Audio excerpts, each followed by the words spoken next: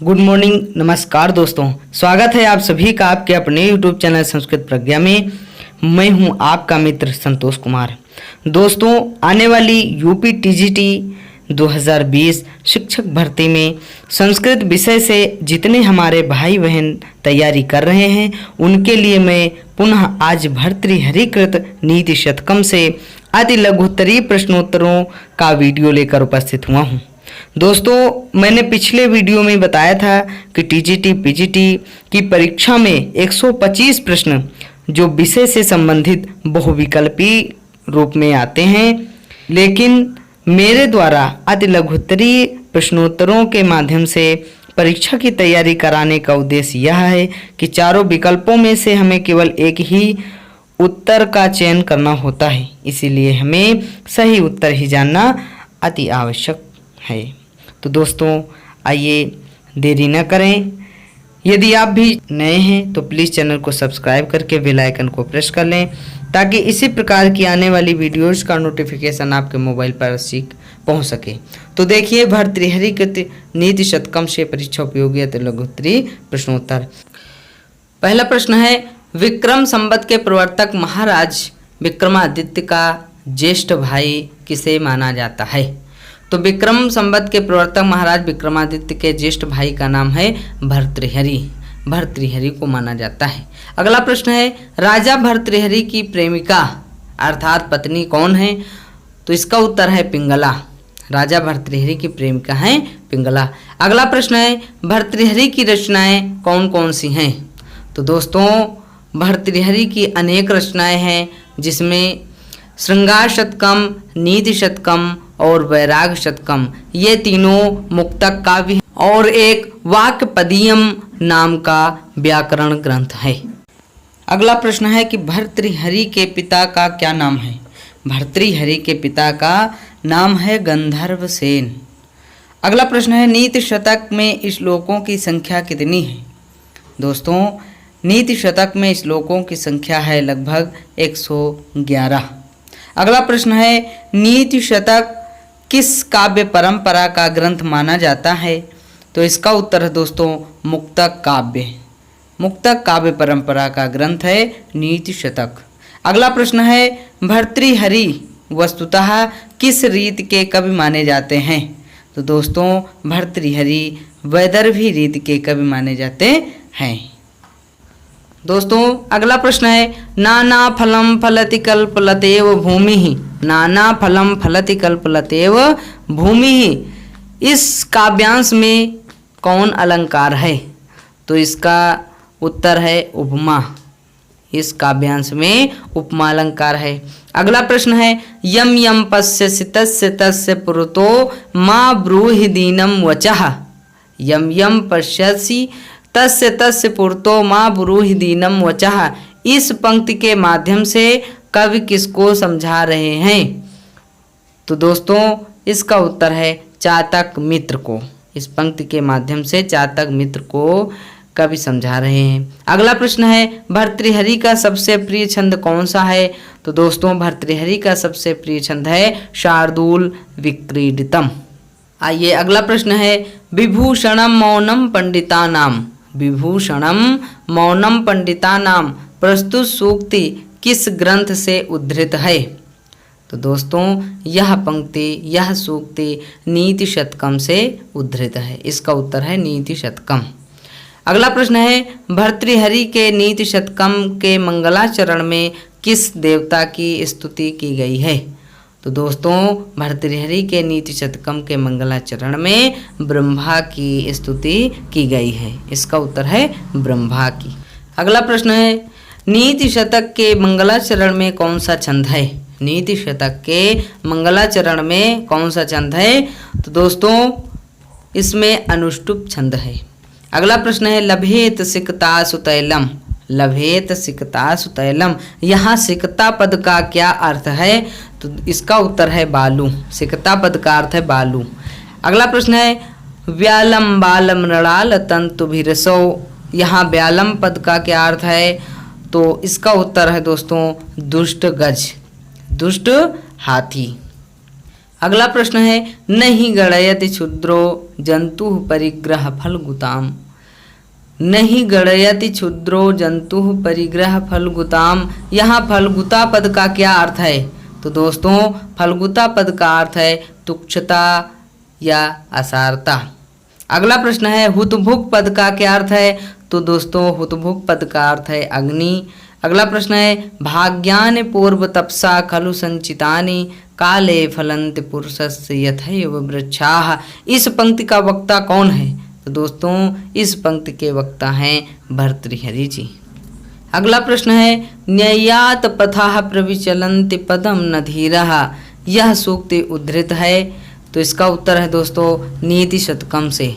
यह सूक्ति नीति शतकम से उद्धृत है। अगला प्रश्न है गर्जन्ति केचित् वृथा। गर्जन्ति केचित् वृथा, यह गर्जन्ति पद का कर्ता कौन है? गर्जन्ति पद का कर्ता कौन है? तो इसका उत्तर है अम्भोदः। अगला प्रश्न है पिशुनता यद्यस्ति किम पातकै। पिशुनता यद्यस्ति किम पातकै, इस वाक्यांश में पिशुनता पद का क्या अर्थ है? तो दोस्तों इसका उत्तर होगा चुगलखोरी।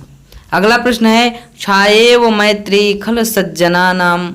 छायेव मैत्री खल सज्जना नाम, यह कौन अलंकार है?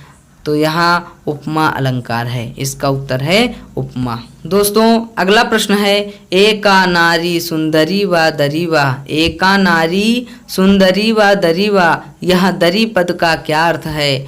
तो दोस्तों इसका उत्तर है गुफा। दरी पद का अर्थ है गुफा। अगला प्रश्न है भर्तृहरि के गुरु कौन माने जाते हैं? तो भर्तृहरि के गुरु हैं गोरखनाथ। अगला प्रश्न है भर्तृहरि के अनुसार सभा में किस उपाय के द्वारा मूर्ख अपनी मूर्खता को छिपा सकता है? तो इसका उत्तर है चुप रहकर। दोस्तों चुप रहकर मूर्ख व्यक्ति अपनी मूर्खता को सभा के बीच में छुपा सकता है। अगला प्रश्न है ये परहितम स्वार्थाय निघंति। ये परहितम स्वार्थाय निघंति, नीति शतक के अनुसार वे लोग कौन हैं? ये परहितम स्वार्थाय निघंति, नीति शतक के अनुसार वे लोग कौन हैं? तो इसका उत्तर है मानुष राक्षसाः। वे लोग मानुष राक्षसाः हैं। पर्वत के पंख किसने काटे? अगला प्रश्न है पर्वत के पंख किसने काटे? तो इसका उत्तर है इंद्र ने। अगला प्रश्न है विद्या विहीना होते हैं। विद्या विहीन कौन होते हैं? तो इसका उत्तर है पशु। विद्या विहीना पशु, विद्याहीन व्यक्ति पशु के समान होते हैं। अगला प्रश्न है भर्तृहरि किस देश के राजा थे? तो इसका उत्तर है मालव देश। भर्तृहरि मालव देश के राजा थे। अगला प्रश्न है जहाँ अर्थ की दृष्टि से प्रत्येक श्लोक स्वतंत्र होता है उसे क्या कहते हैं? तो इसका उत्तर है मुक्तक काव्य। उसे मुक्तक काव्य कहते हैं। जहाँ अर्थ की दृष्टि से प्रत्येक श्लोक स्वतंत्र होता है उसे मुक्तक काव्य कहते हैं। अगला प्रश्न है भर्तृहरि के अनुसार किसके चित्त को बदला नहीं जा सकता है? तो इसका उत्तर है मूर्ख के चित्त को नहीं बदला जा सकता है। अगला प्रश्न है मनस्वियों की वृत्ति किसके समान होती है? तो दोस्तों इसका उत्तर है फूलों के समान। मनस्वियों की वृत्ति फूलों के समान होती है। अगला प्रश्न है भर्तृहरि के अनुसार धन की गतियाँ कितने प्रकार की होती हैं? तो दोस्तों भर्तृहरि ने धन की 3 गतियाँ बताई हैं। नंबर 1 दान, भोग, नाश। जो व्यक्ति अपने धन का न दान करता है न स्वयं उपभोग करता है तो उसकी तीसरी गति भर्तृहरि ने नाश बताई है, वह धन नष्ट हो जाता है। अगला प्रश्न है भर्तृहरि के अनुसार सभी गुण किसका आश्रय लेते हैं? तो दोस्तों भर्तृहरि जी के अनुसार सभी गुण धन का आश्रय लेते हैं। अगला प्रश्न है कुल का नाश किससे होता है? तो दोस्तों कुपुत्र से कुल का नाश हो जाता है। अगला प्रश्न है कुत्ता भोजन देने वाले के सामने क्या करता है? तो कुत्ता भोजन देने वाले के सामने पूंछ हिलाता है। अगला प्रश्न है सैकड़ों प्रकार की चाटुकारिता से कौन खाता है? तो इसका उत्तर है कुत्ता। दोस्तों सैकड़ों प्रकार की चाटुकारिता से कुत्ता भोजन करता है। अगला प्रश्न है कठिन असिधारा व्रत किसको कहा गया है? कठिन असिधारा व्रत किसको कहा गया है? तो इसका उत्तर है सेवा को। दोस्तों भर्तृहरि बतलाते हैं कि दूसरे की सेवा करना बहुत कठिन कार्य होता है। दूसरों की सेवा करना कठिन कार्य होता है। अगला प्रश्न है नीति शतक का मंगलाचरण कैसा है? तो दोस्तों इसका उत्तर है नमस्कारात्मक। नीति शतक का मंगलाचरण नमस्कारात्मक है। अगला प्रश्न है मनुष्यों में अस्थायी रूप से रहने वाला आभूषण कौन है? तो मनुष्यों में अस्थायी रूप से रहने वाला आभूषण है सुसंस्कृत युक्त वाणी, सुसंस्कृत निष्ठ वाणी। अगला प्रश्न है परिवर्तनशील संसार में जीवन किसका सार्थक होता है? परिवर्तनशील संसार में जीवन किसका सार्थक होता है? तो इसका उत्तर है दोस्तों जो अपने वंश राष्ट्र की उन्नति करता है उसका जीवन सार्थक माना जाता है। मनुष्य हाथी के समान मदांध कब हो जाता है? तो दोस्तों इसका उत्तर है जब थोड़ा ज्ञान पा लेता है। जब मनुष्य थोड़ा ज्ञानी हो जाता है तो वह हाथी के समान मतवाला हो जाता है। अगला प्रश्न है मनुष्य का सर्वज्ञ होने का ज्वर कब उतरता है? तो इसका उत्तर है जब कुछ विद्वानों के संपर्क में आता है। मनुष्य जब विद्वानों के संपर्क में आता है तो उसे जो अपने आप पे घमंड होता है सब कुछ जानने का, उसका यह घमंड रूपी ज्वर उतर जाता है। अगला प्रश्न है किस विद्वान के अनुसार भर्तृहरि को बौद्ध कहा जाता है? तो दोस्तों ईत्सिंह के अनुसार भर्तृहरि को बौद्ध कहा जाता है। अगला प्रश्न है बौद्धारो मत्सरग्रस्ता प्रभवास्मय दूषिता। यह पंक्ति नीति शतक के अनुसार किस पद्धति से उद्धृत है? तो दोस्तों यह मूर्ख पद्धति से पंक्ति उद्धृत की गई है। अगला प्रश्न है अज्ञः सुखम आराध्यः सुखतरम आराध्यते विशेषज्ञः। इस पंक्ति में अज्ञः पद का क्या अर्थ है? तो दोस्तों अज्ञा पद का अर्थ है अज्ञानी। इस पद में जो अज्ञा पद है इसका अर्थ है अज्ञानी। अगला प्रश्न है ब्रह्मापि नरम न रंजयति। यह कैसे व्यक्ति के लिए कहा गया है? तो दोस्तों मूर्ख व्यक्ति के लिए कहा गया है कि ब्रह्मापि नरम न रंजयते। ब्रह्मा भी व्यक्ति मूर्ख व्यक्ति को नहीं समझा सकते। अगला प्रश्न है भर्तृहरि के अनुसार विवेक भ्रष्ट व्यक्तियों का क्या होता है?